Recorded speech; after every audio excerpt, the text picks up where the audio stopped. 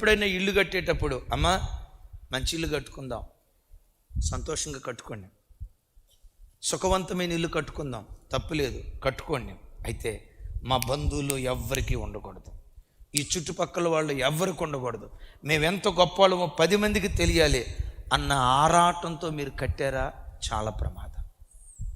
కట్టుకోండి, సుఖంగా బ్రతకండి, కానీ ఎక్కడైనా మేము ఇదని 10 మందికి చూపించుకోవాలనే మనసు వచ్చిందా, ప్రమాదం.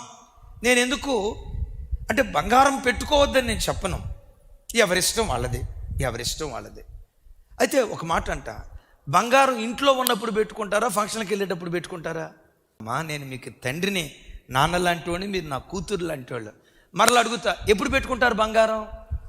అది ఎవరి ఆత్మ తెలుసా? నెబుకద్నెజరు గాడి ఆత్మ.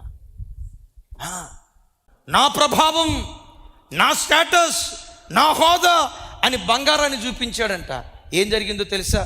ఉన్న పాటున పశువులాగా మారిపోయి సింహాసనం మీద నుండి దిగి, చూడండి, సింహాసనం మీద నుండి దిగి ఒక పశువులాగా నడుచుకుంటా కొడుకు వచ్చి అంటాడు, డాడీ ఒరే నేను ఎట్లా నీకు డాడీని రా, నేను పశువుని చూడు, నేను పక్షిరాజుని చూడు, గోళ్ళు వచ్చినాయి చూడు, గడ్డి మేస్తున్నాను చూడు. ఒరే మేపరా నాయన, కొడుకు అర్థగాల, ఏమిరా మా నాన్న పశువు అయిపోయాడంటే, ఉన్న పాటున పశువులాగా అయిపోయాడు, గడ్డి మేస్తా ఉన్నాడు, పక్షిరాజుకు వచ్చినట్లుగా గోళ్ళు వచ్చాయి, శరీరం మీద ఏకలు, శరీరం మీద వెంట్రుకలు.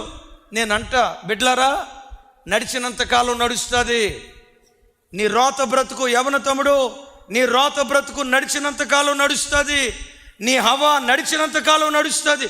ఒక్కసారి దేవుని ఉగ్రత కుమ్మరించబడిందా, ఆశ్చర్యానికి కారణంగా ఉండాల్సిన నీ కుటుంబం విస్మయానికి కారణం అయిపోద్ది.